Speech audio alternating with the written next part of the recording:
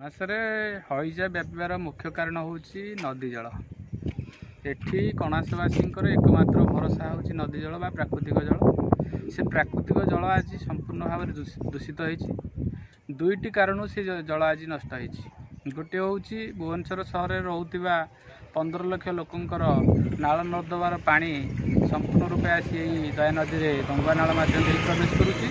ଆଉ ଦ୍ୱିତୀୟ କାରଣଟି ହେଉଛି ଯେ ଚିଲିକା ଭିତରୁ ଯେଉଁ ଦଳଗୁଡ଼ିକ ରାଜଦଳ ସମସ୍ୟା ସୃଷ୍ଟି କରୁଛି, ଚିଲିକା ଭିତରୁ ସେ ଦକ୍ଷିଣ ପବନ ହେଲେ ଆସୁଛି ଏବଂ ନଦୀ ଭିତରେ ଯେଉଁ ଦଳ ରହୁଛି ବର୍ଷା ପରେ ସେଟା ଆଜି ସମସ୍ୟା ସୃଷ୍ଟି କରୁଛି। ବର୍ତ୍ତମାନ ମୁଁ ଏଇନା ଆପଣଙ୍କୁ ଦେଖାଉଥିଲି, ଏଇଠି ଗୋଟେ ଡଙ୍ଗା ଯାଉଥିଲା।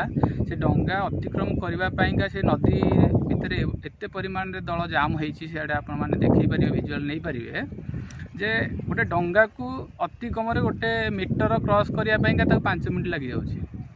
ସେ ମେସିନରେ କେତେ ତେଲ ପକାଇବ ଏବଂ କେତେ ଖର୍ଚ୍ଚ କରିବ ସେଥିରୁ ଆପଣମାନେ ଅନୁମାନ କରିପାରୁଥିବେ। ତେଣୁ ଧୀବର ଭାଇମାନେ ଏଠି ସମ୍ପୂର୍ଣ୍ଣ ରୂପେ ଡଙ୍ଗା ଜାଲ ନେଇ ଗଲାବେଳେ ସେ ବହୁତ ପରିମାଣରେ କ୍ଷତିଗ୍ରସ୍ତ ହୋଇଥାଏ ଏବଂ ଗଙ୍ଗାନାଳର ପାଣିଟା ଆସିବା ଫଳରେ ଏହି ନଦୀ ଦେଇକରି ଚିଲିକାକୁ ଯେତେବେଳେ ଯାଏ, ଚିଲିକାରେ ମାଛର ପରିମାଣ କମିଯାଇଛି, ମୃତ୍ୟୁବରଣ କରନ୍ତି ଏହି ନର୍ଦ୍ଦମା ପାଣି ଦ୍ୱାରା। ତେଣୁ ଅନେକ କ୍ଷେତ୍ରରେ ପ୍ରଭାବିତ ହୋଇଛନ୍ତି ଜନସାଧାରଣ ଏଠି। ଏବଂ ପାନୀୟ ଜଳ ସମସ୍ୟା କହିଲେ ଏଇ ଗଙ୍ଗାନାଳର ପାଣିକୁ ହିଁ ଉଠେଇକରି ଆମର ଯେଉଁ ବିଭିନ୍ନ ବସୁଧା ପ୍ରକଳ୍ପ ଅଛି, ସେ ବସୁଧା ପ୍ରକଳ୍ପ ମାଧ୍ୟମରେ ଲୋକମାନଙ୍କୁ ଫିଲ୍ଟରେସନ୍ କରିକି ଦିଆଯାଏ ଏବଂ ଏଇ ଯେଉଁ ଫିଲ୍ଟରେସନ୍ କରିକି ଦିଆଯାଏ ସଠିକ୍ ଢଙ୍ଗରେ ବସୁଧା ପ୍ରକଳ୍ପ କେଉଁଠି କାମ କରୁଛି ତ କେଉଁଠି କାମ କରୁନି।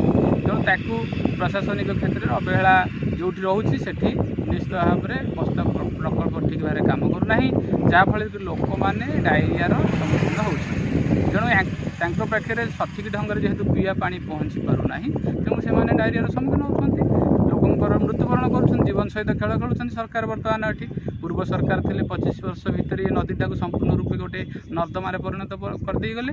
ଆଉ ନୂଆ ସରକାର ଆସିଛନ୍ତି, ଦେଖାଯାଉ ସିଏ କ'ଣ ତାଙ୍କ ଉପରେ ଭରସା ରଖିଛନ୍ତି ଜନସାଧାରଣ କେତେ ଦୂର ୟା ଉପରେ ସେ ପଦକ୍ଷେପ ନେଇ ତୁରନ୍ତ ଲୋକମାନଙ୍କର ସାହା ଭରସା ହୋଇପାରିବେ, ଏତିକି ଆଶା ଅଛି।